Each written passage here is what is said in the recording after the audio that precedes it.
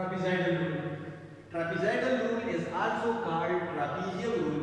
Trapezoidal rule को हम trapezium rule भी कह सकते हैं. In establishing this formula, we shall consider trapezium instead of rectangles. जब हम ये फार्मूला एस्टेब्लिश करते हैं तो उसमें हम ट्रापीजियम यूज करते हैं रेक्टेंगल की जगह. अगर आप लोग देखें अगर आप लोगों को पिछला लेक्चर याद हो तो हमने रेक्टेंगुलर रूल में कहा था कि हम रेक्टेंगल्स क्रिएट करेंगे. यहाँ पे ये ट्रापीजियम रूल में हम ट्रापीजियम क्रिएट करेंगे रेक्टेंगल की जगह पर. अब हम रेक्टेंगल की जगह ट्रापीजियम क्रिएट करने की वजह क्या है? जब हम ट्रापीजियम क्रिएट करते हैं रेक्टेंगल की जगह पर तो उसकी वजह क्या है? वजह हमारे पास ये है, and the area excluded will be smaller than the previous case. और ट्रापीजियम रूल में जो एरिया हम एक्सक्लूड करते हैं वो एरिया हमारे पास स्मॉलर होता है as compare to rectangular rule. Rectangular rule में अगर देखा जाए, फॉर एग्जांपल हमारे पास ये एक कर्व हो, अगर हम इसमें रेक्टेंगल्स क्रिएट करते हैं तो ये हमारे पास एक रेक्टेंगल बनेगा और ये हमारे पास दूसरा रेक्टेंगल बनेगा. तो इस केस में अगर आप देखें यहाँ ये भी एरिया एक्सक्लूड हो रही है, यहाँ भी ये एरिया एक्सक्लूड हो रही है, लेकिन अगर हम ट्रापीजियम क्रिएट करें तो ट्रापीजियम हमारे पास इस तरह बनेगा. अगर हम यहाँ पे ट्रापीजियम क्रिएट करें तो ये इस तरह बनेगा. तो यहाँ पर जो एरिया एक्सक्लूड होती है वो कम है as compare to rectangular rule. So यहाँ पे इस मेथड में हमारा मेन फोकस कहाँ पे होगा? ट्रापीजियम पे होगा. ट्रापेजॉइडल रूल के लिए जो फार्मूला है, integral from a to b f of x dx is equal to h by 2 f of x naught plus f of x n sum of all other values except x naught first value and last value multiplied by 2. so first value of and last value को हम add करते हैं, बाकी जितने भी values हो उनको add करने के बाद 2 के साथ मल्टीप्लाई करते हैं, whole multiplied by h by 2. Evaluate integral from 1 to 3 over x square dx using trapezoidal rule for 3 points and for 5 points. हमने ट्रापेजॉइडल रूल अप्लाई करना है इस इंटीग्रल पे for 3 points and for 5 points. तो solution from the given data we noted, जो data हमारे पास given है उससे हमारे पास क्या क्या मौजूद है? उससे हमारे पास मौजूद है एक 1 over x square, integral from a to b f of x dx. Integral के अंदर जो फंक्शन हो उसको हमने f of x से रिप्रेजेंट किया हुआ है, तो f of x इक्वल होगा 1 over x square का. लोअर लिमिट को हमने a और अपर लिमिट को हमने b से रिप्रेजेंट किया है, लिहाजा लोअर लिमिट हमारे पास a होगा और अपर लिमिट हमारे पास इक्वल टू b बन जाएगा. अब हमारे पास फर्स्ट केस है फॉर द 3 पॉइंट्स. अब फर्स्ट केस में हमारे पास पॉइंट्स कितने हैं? फर्स्ट केस में हमारे पास पॉइंट्स 3 है, तो इसलिए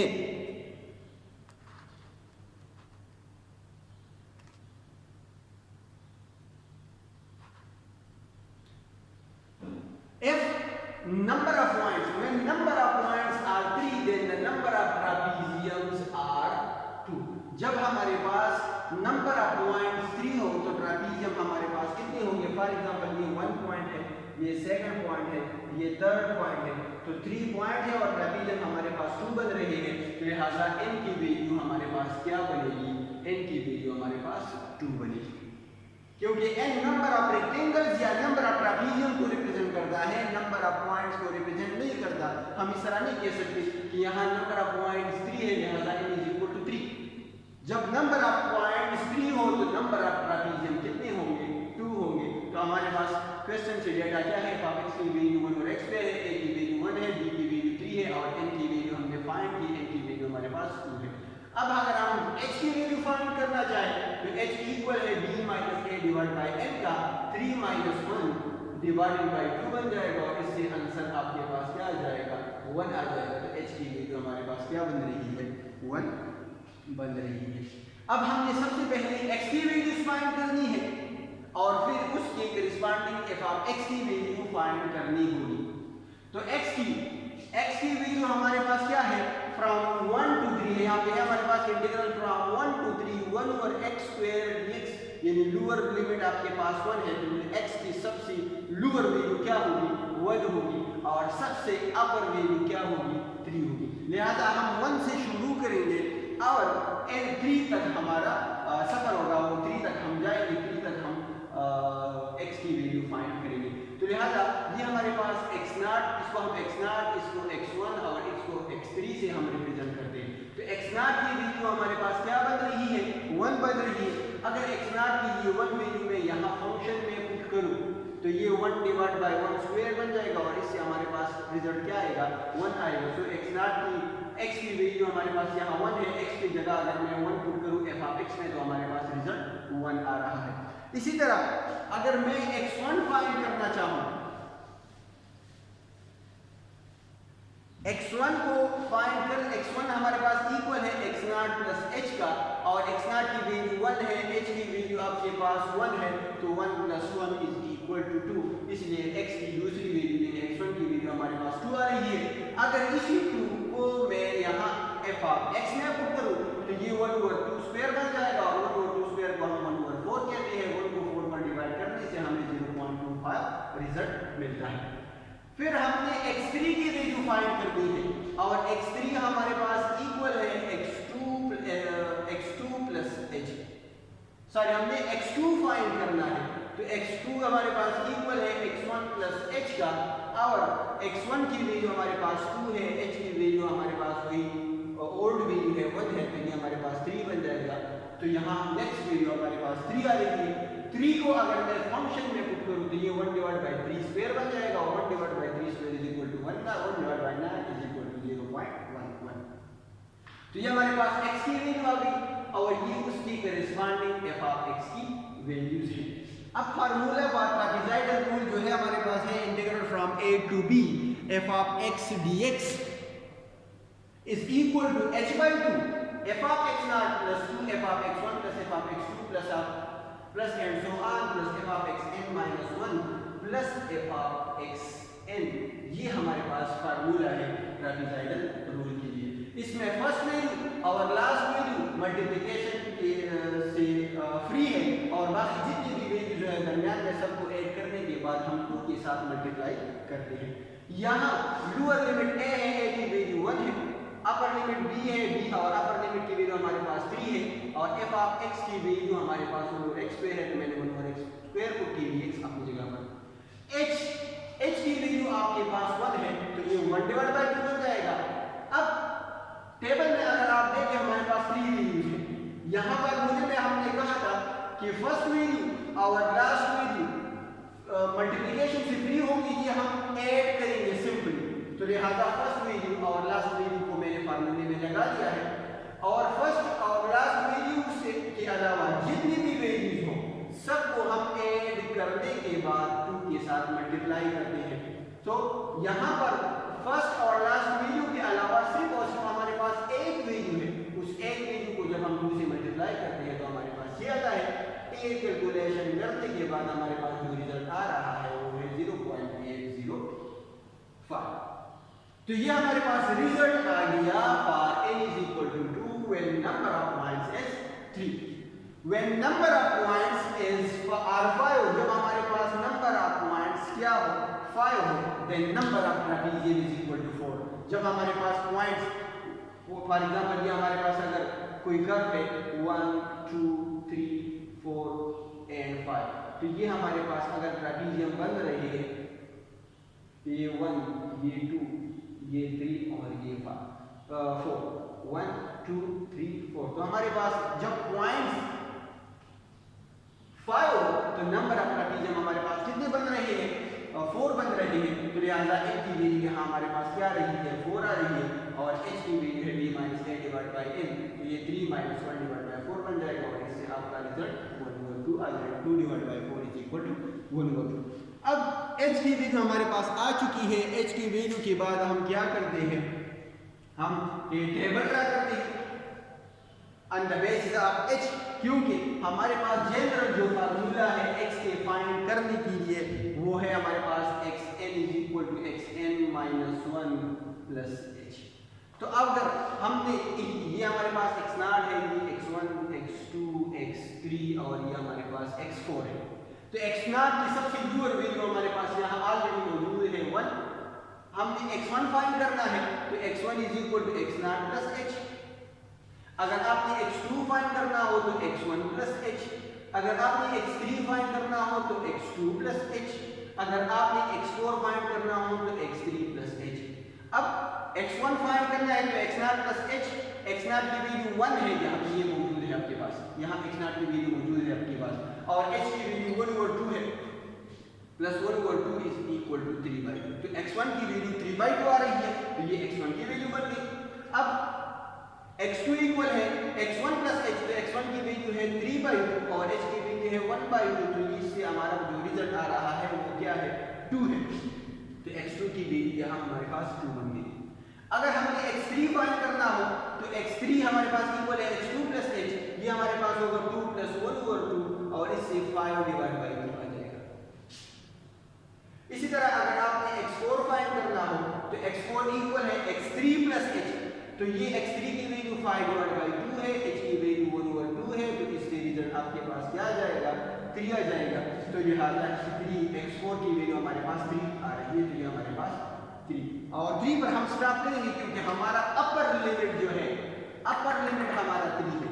तो जब आपका अपर लिमिट 3 हो तो उससे आगे वैल्यू फाइंड करने की कोई जरूरत ही नहीं है हमें, और ना ही हम पुट कर सकते हैं। हम इंटीग्रल फ्रॉम 1 to 3 फाइंड करना है, तो लिहाजा आप लोगों ने 1 से शुरू करना है और आप लोगों ने 3 तक जाना है। तो ये 1 से हमने शुरू किया, यहाँ हम 3 तक आ गए। अब ये वैल्यूज जो हमारे पास x0 x1 x2 x3 and x4 की वैल्यूज है, ये वैल्यू हम फंक्शन में पुट करेंगे तो आपके पास करेस्पॉन्डिंग f ऑफ x की वैल्यू आएगी। 1 को जब फंक्शन में पुट कर दे तो 1 ओवर 1 स्क्वायर हमारे पास 1 बन जाएगा। 3/2 को जब फंक्शन में पुट करें तो हमारे पास 0.44 आ जाएगा। 2 को अगर आप फंक्शन में पुट करें तो ये 1/2 स्क्वायर बन जाएगा। 1/2 स्क्वायर को 1 ओवर 4 कहते हैं, उससे रिजल्ट 0.25 आता है। सो अब ये फार्मूला है आपके पास, जिस तरह मैंने वहां पे आप लोगों के साथ डिस्कस किया हुआ था कि ये फार्मूला है, फर्स्ट वैल्यू और लास्ट वैल्यू को हम इस तरह लगाते हैं, बाकी सारे वैल्यूज को ऐड करने के बाद उनके साथ मल्टीप्लाई करते हैं।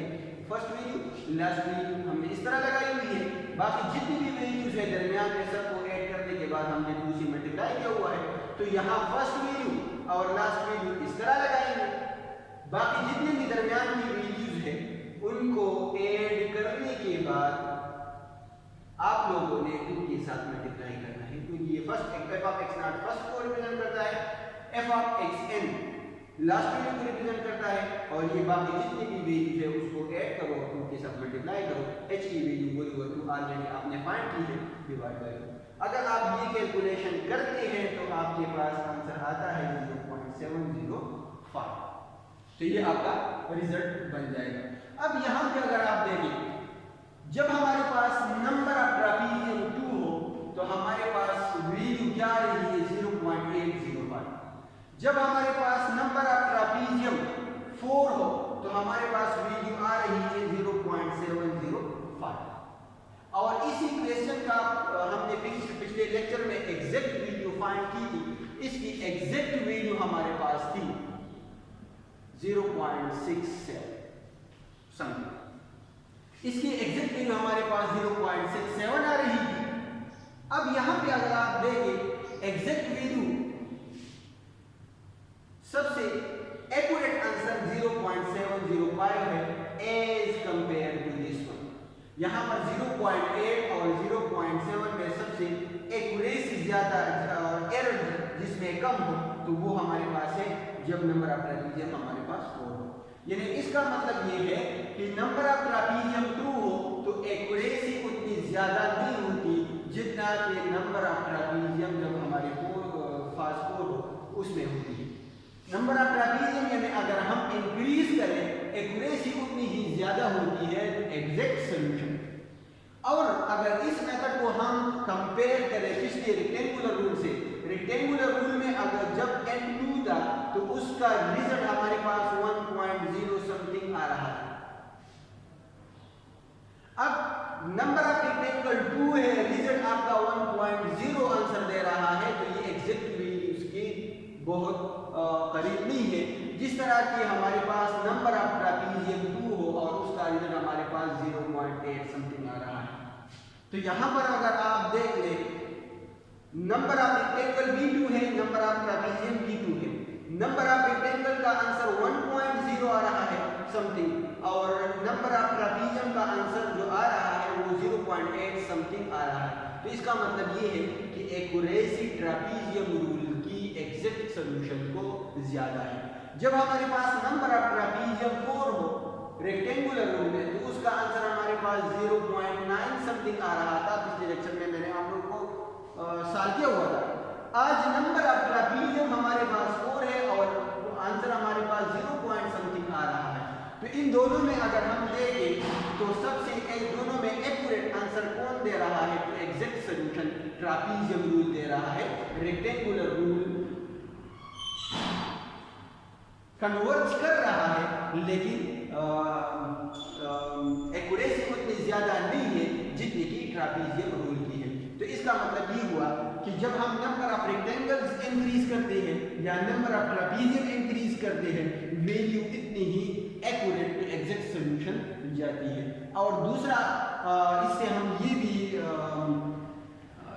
कंक्लूजन ले सकते हैं कि trapezium rule is fastly convergent as compared to rectangular rule, क्योंकि यहाँ पर अगर आप देखें तो आपके पास नंबर ऑफ ट्रापीजियम इज 2, आपके पास आंसर 0.8 था और वहाँ रेक्टेंगुलर रूल में 1 पॉइंट समथिंग था। यहाँ नंबर ऑफ रेक्टेंगल जब 4 हो तो आपके पास 0.9 था और नंबर ऑफ ट्रापीजियम में 0.7 समथिंग आपके पास रिजल्ट आ रहा है। तो इसका मतलब ये हुआ कि trapezium rule is fastly convergent as compare to rectangular rule.